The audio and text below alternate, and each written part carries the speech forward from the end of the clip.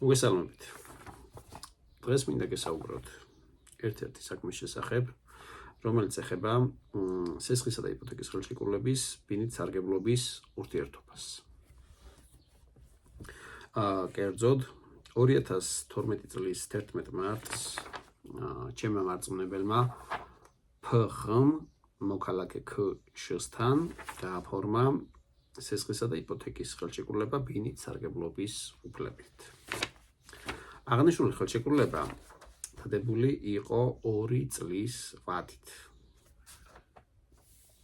და ვალდებულება უნდა დაბრუნებულიყო შესაბამისი პირობების დადგომის პერიოდისთვის. როდესაც მომართა მემოსარჩელი მხარემ საქმის მასალების შესწავლის შემდგომ ფაქტობრივად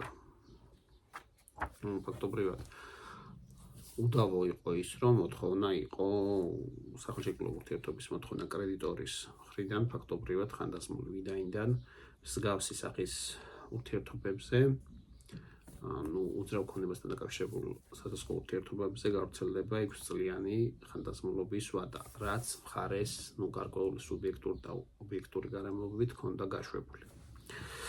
ამის მიუხედავად მივმართეთ სასამართლოს 2022 წლის 10 თებერვალს და წარმოადგინეთ შესაბამისი მტკიცებულებები. საქმესთან დაკავშირებით, როგორც ადვოკატმა ბუნებრივია განახორციელა ყველა ის ღონისძიება, რაც არის კანონმდებლობით გათვალისწინებული და საბოლოოდ 2023 წლის 6 ივლისს სასამართლოს მეშვეობით მხარეთა შორის დამტკიცებული იქნა მორიგება, საიდანაც ვალდებულმა მხარემ ჩემი მარწმუნებლის კრედიტორის სასარგებლოდ იკისრა 13,000 აშშ დოლარის გადახდევინება. წინამდებარე საქმეზე გადაწყვეტილება შესულია კანონმდებლობაში და არის აღსრულებულიც, რითიც სრულად მოხდა ჩემი მარწმუნებლის ინტერესების დაცვა.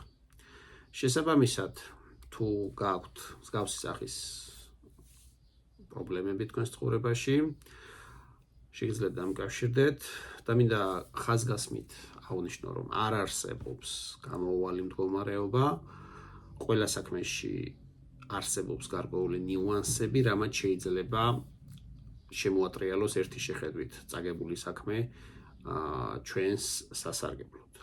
გმადლობთ ყურადღებისთვის და დროებით.